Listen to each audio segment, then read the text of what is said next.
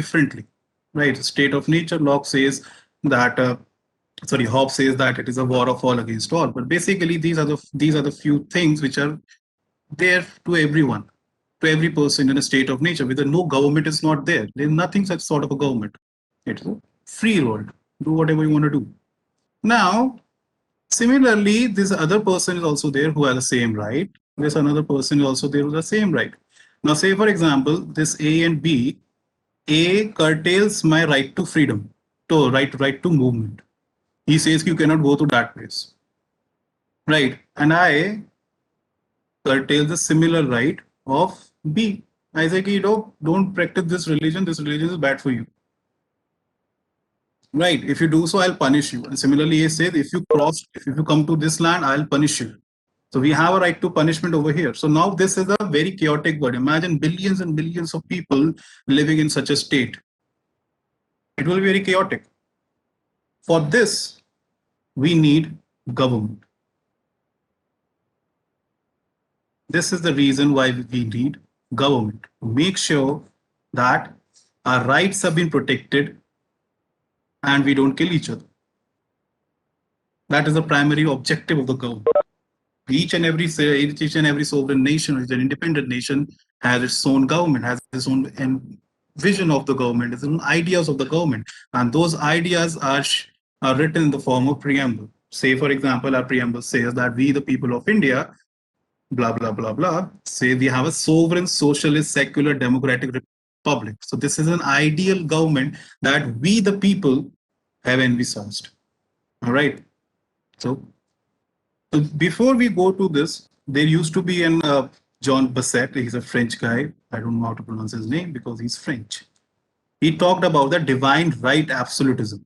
We somehow have, over that period of time, we have rejected it. In India, Balban used this similar theory and says that I am a Jille Lahi, means I am a shadow of God. Right. So he says God cannot be there to rule you or to correct your measures, correct your activities. Hence, I am there to do in his behalf. Hence, I am a shadow of God, or Jille Lahi, as Indians like to say. But we have rejected this thing. Then came Hobbes. He advocated the philosophical absolutism. He says that before indulging himself into the theory, he says that there was a state of nature. The state of nature was like a war of all against all. In Latin, it is said that bellum omnium contra omnes. It was a state of war, where it was solidarity, it was poor, it was nasty, it was brutish, it was short. And keep in mind that Hobbes is talking about in the kind of a revolution where he actually witnessed the beheading of the king. So it was a war of all against all. He further goes on to say that as long as men without common power to keep them in awe, they are in the condition of war, and it is a war of all, of every man against every man. The two main chief virtues are fraud and force. There is no legal control, there is no ownership, there is no distinction between mine and thine. Thine means you. And over here, he gives this theory of social contract. He says that the government, that the people came and they came together and they gave this ruler an absolute right to rule over them so that they don't live in a state of war. So what is a social contract? So social contract has 2 points. Number one is what is an origin of the government, how the government was formed from nature state to the government. What was the journey? What was the main objective of this government? And how much authority should the government have over the individual? Hobbes says an absolute authority should the ruler should have over the individual, so that individuals don't tear each other up. Right? So many people believe that the social contract theory says that the people live together in a society in accordance with the agreement which has established by morals and political rules of virtue. Back in the days of Socrates talks about the social contract. So it is an idea which has always been there.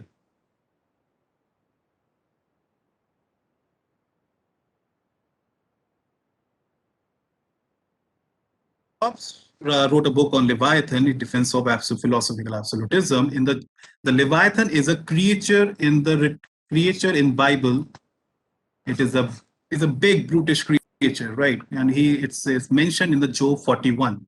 He is a kind of a creature that even the God cannot dare to defy him. He's living in a purgatory. You cannot question him. You cannot go war with him. You cannot treat him like a pet. He is an absolute. His powers are absolute. He's everything that a king should be. Hence the name Leviathan. He took the biblical sense, the biblical reasoning in the book written in the book of Job, particularly Job 41 of the Old Testament. This was in the Old Testament Bible. Now this is a now try to understand what Hobbes is trying to say with this picture. So this is a cover page of Leviathan. You see there's this king with a huge sword and crown, and this his vest is made with the many number of people. N number of people are there in this vest. Now what this is saying that the people have surrendered themselves to the king, and this is a town so that he can save them all. He's there to save them all. The king comes today, I'll save you from everything, whatever the kind of a life you have been living, whatever the kind of atrocities or injustice or the corruption you were having or whatever you were having, I am there and I will save you all. The prices of fuel prices are going up. Don't worry, I'll make sure that you get the fair price. I am the absolute. No one can dare to defy me. That is the kind of a ruler which the Hobbes is imagining. He's an absolute. There's no opposition to it. The ones who oppose him will taste the defeat, because you cannot overpower a Leviathan. That is what the Hobbes is trying to say. Now, right. So Hobbes says that a ruler should be powerful enough, which is beyond challenge. Hobbes also believe in defense or in absence of invisible absolute ruler, we would kill each other. Now, modern day democracies, some modern day democracies in different parts of the world is actually kind of a they are actually going through such kind of a Leviathanist kind of a ruler. We can go to Russia. We can talk about Turkey, the Erdogan in Turkey, the kind of things that are happening. We can go to see in Norway, then the Brazil, and we have recently seen the Trump where he tried to have a coup as well.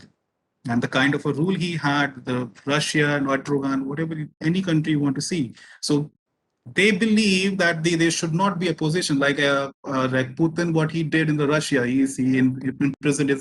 He imprisoned his only opposition, and they just want to kill that person, so that there is no opposition. Why? Because he believes that I'm an absolute ruler. I am the best for Russia. There's no more better than me. Make America great again. Why? Because Trump feels that I am the one who will make sure that the people will get what they want, even though he was defeated. But then again, he ruled with that philosophy. But the modern day democracies and the modern day constitution owes its origin to the Locke's books of 230s of the government. In the US Declaration of Independence, Jefferson, who wrote the US Bill of Declaration of Independence, he kind of patronized John Locke theories. John Locke was very ahead of his time. In 1968, he talks about he gives this theory of philosophical constitutionalism. He believed that the government should be limited. He believed that the government should be limited and the government should serve the people. Government is there to serve people. People are not there to serve the government, but he talked about a different thing. A government should be limited by law, and if the government is not able to help people, not able to serve the people, that the people of the citizens of the country have the right to revolution. have the right to revolution. Or we can say that he has the right to replace the government. In modern day democracies, we have elections. In India, there are elections in every 5 years. So we are talking about Locke, right? So Locke says that if the government is not able to serve, we can change it. And the Jefferson, in his Declaration of Independence, U.S. Declaration of Independence, and the Constitution, we have patronized Locke. So modern day democracies, the modern day constitutions of major democracies, owes its origin to Locke. His ideas of democracy, his ideas of revolution, his ideas what the government should be like. His ideas. His ideas was to we the people. We, the people, the government is there to serve the people. The government must listen to the people. If they're not doing so, we will revolt. We will revolt. We go to a revolt. We will replace the government by elections or whatever means necessary. One of the primary example is the Second Amendment rights given by given to U.S. citizens by the Second Amendment in U.S., which says that you can own a revolver or you can own an arm, right? Ammunition, guns, and all that you can own them. Why? Because you so that you can protect your natural rights. So one of the you can say that fine, this is you know this is against the democracy, this is against this and all that. But then again, this is Locke talking in US through the Second Amendment, right? So he says that the nature state, there was a nature state, like the Hobbes say that there was a nature state. We all also believe, yes, there was a nature state or state of nature. The state of nature, according to him, God gave Adam three rights, which were known as the natural rights in the book of Genesis. This is Locke's reasoning of his state of nature and natural right. He says that that the God gave Adam, hence to all men, three rights, and those rights were life, liberty, and property or estate.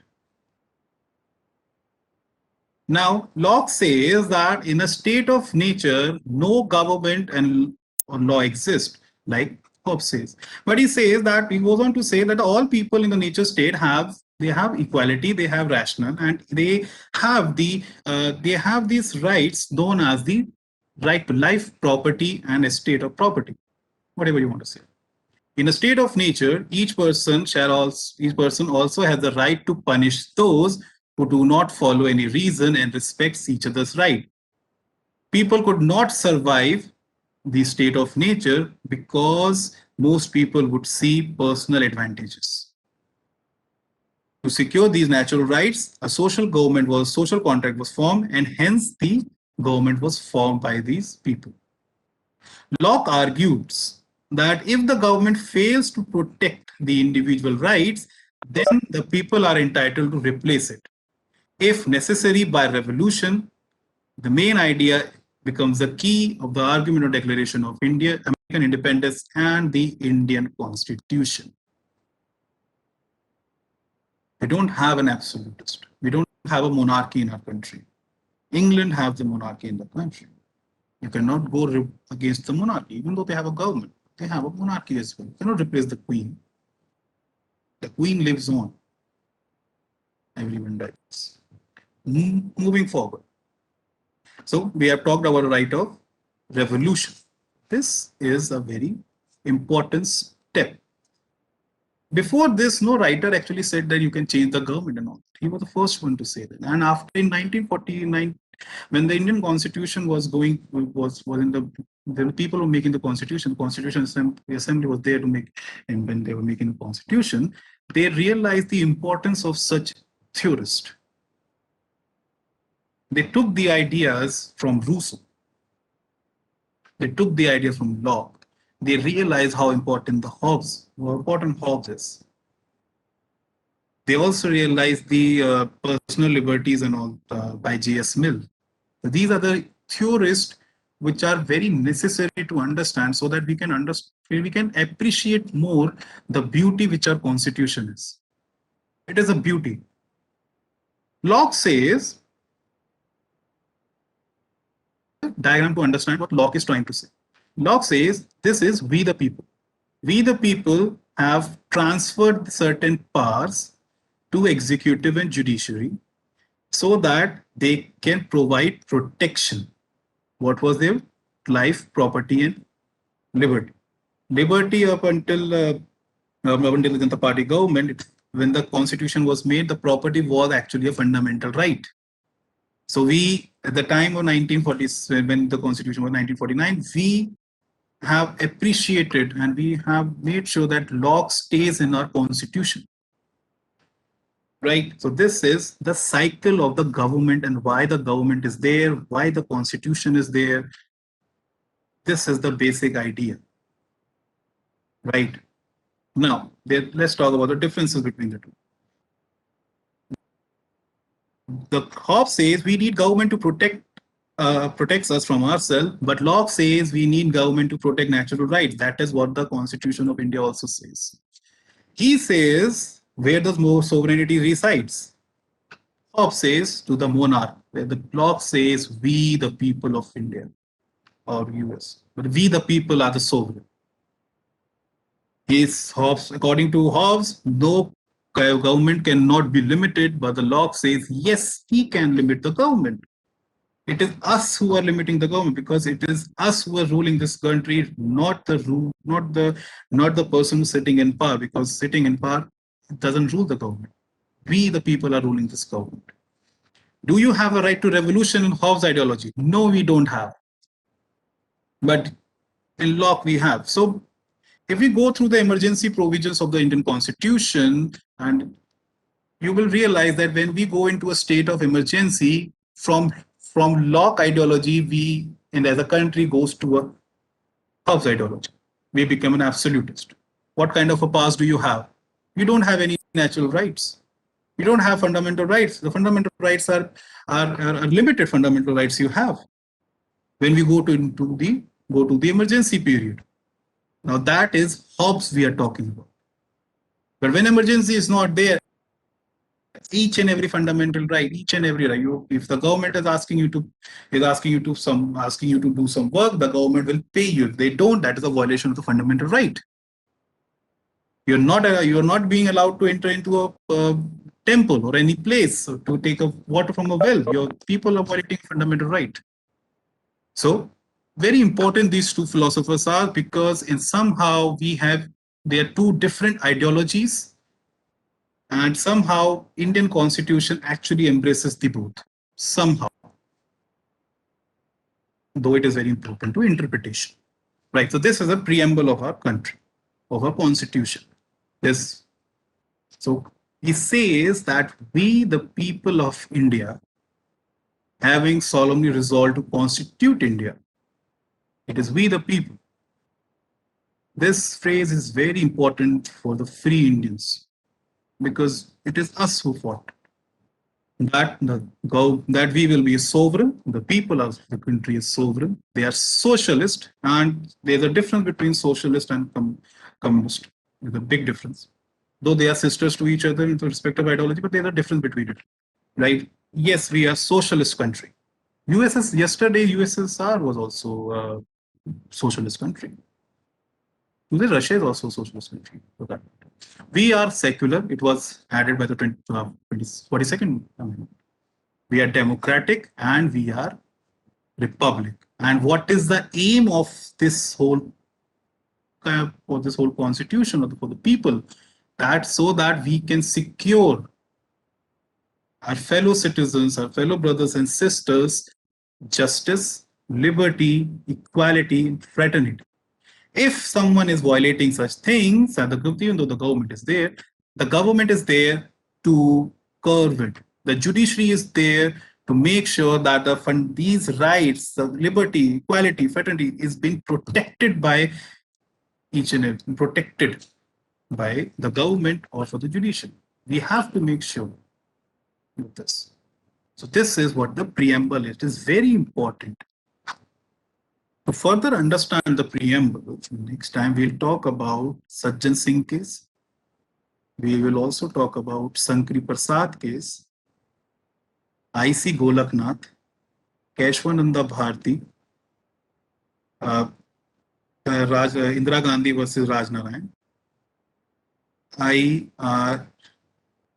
Gloho, Kyoto Holuchan case, and S.M. Bomai case, which was the secularism was considered to be the part of the basic structure doctrine in this case. So if we go through the plethora of judgments from the Supreme Court of India, we will more appreciate this preamble. This is few among the many which defines what the Constitution of India is, what defines the preamble of India. And it made sure that the Constitution stays the way it was intended to by our constitutional powers. So very important, these cases are very important. The preamble is often, we don't appreciate preamble. But if we see the theory which is behind this and framing the Constitution, framing the preamble, we realize that it is very important. Right. As per the current times, what exactly is your take on revolution? The students have been protesting since the late Arun Jaitley was just about our age, and he was a member of our faculty. So people are doing it. People are protesting another. The JP movement, the Bihar protest, which happened during the time of late Mrs. Indira Gandhi. So people are showing dissent. That is how the democracy works. That is how I believe that when the government is not listening, we need to go to the streets and make sure, say, listen, you know what, you're not doing this right. The government will like you, okay, fine, let's talk. What do you want to know? That is the very mature government. But have we seen such kind of government after independence or not? That is a real issue. And that becomes a very debatable thing. Preamble of our Indian Constitution, or the basic structure or doctrine, or whatever you want to call it, is the government has followed because the lawyers like Nana Palkiwala existed. Yeah. He saw things and he's like, no, you are doing it wrong. The Supreme Court was like, okay, how? Okay, fine, let's go to the court. He went to the court. He fought tooth and battle. He fought so vigorously that the government had to make sure that an amendment, came up with the amendment after I.C. Golaknath to undo the ruling of the Supreme Court. That how great he was. Hello. Yes, sir. Mohit sir, according to you, what are the deficiencies? Sorry, deficiency of what? Is there any deficiency in the preamble? No. I personally believe there is no deficiency in preamble. Okay. And what are the alternate remedies are available apart from the doing this revolution? See, revolution is a term which revolution is a term which is used by law. In the current stage, it's not revolution. It talks about replacing the government, and we can replace the government after every 5 years. If we are not happy, the majority of the people are not happy, we replace it. Same thing happened in 2004. Same thing happened in 2014. And before the election, people want to initiate any kind of action against the government, what are the legal alternate remedy available with them? So what kind? It depends on what kind of actions it is. This is a very vague question. I personally think it's a very vague question. All right. Yeah, it is very educative session, in fact, particularly on jurisprudence of how the Constitution has evolved. Sir, I have a query regarding this 42nd Amendment. In fact, do you feel that when this liberty of thought, faith, and everything was there, equality was there, so was it necessary to add this socialist secular word in the Constitution itself, in the preamble itself, when the entire Constitution is filled with all these things, that yes, we are socialist, we are republic? So what was the, I think there was no need for adding those things in the just that it is we are socialist and secular. When we have already we have liberty, we have equality, that defines this socialist and secular structure of our constitution. In fact, subsequently in other judgments which you have just mentioned, Supreme Court has clarified that yes, these are the basic structures. Yes, sir. So what prompted the government to basically the parliament during the emergency 42nd amendment to do this, add this in the preamble itself? Can you Sir, throw some light on that? the real question I personally believe is not what the government was thinking was necessary or was not. The government at that time felt necessary and they did it. If the government of this time says, ki, no, we can amend, we don't want this, then we can also do that same. They have an absolute majority. So No. See, what is the will of the government? That is, see, sir, there's a difference between the will of the party, will of the people, and the will of the government. If today's will of the government says that we don't need these two things, remove it.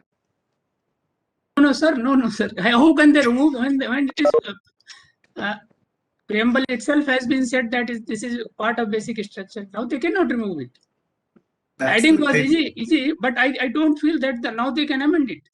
Sir, since we cannot amend it, it is I personally and we need to particularly make. Sorry, yes, sir. Particularly when the various judgments of Supreme Court itself has said that this secular and socialist structure is basic concept. Now, if government will attempt to do away with this 42nd amendment, I don't feel that they will be able to.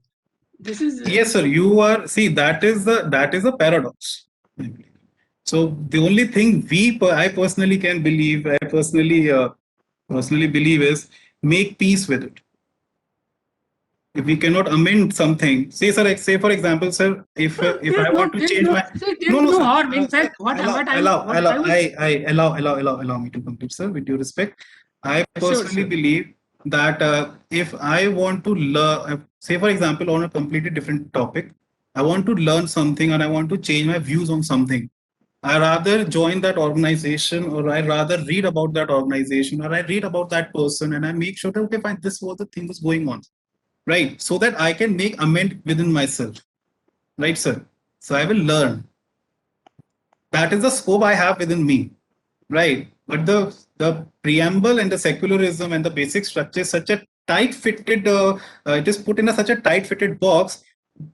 We cannot amend. We cannot do anything about it.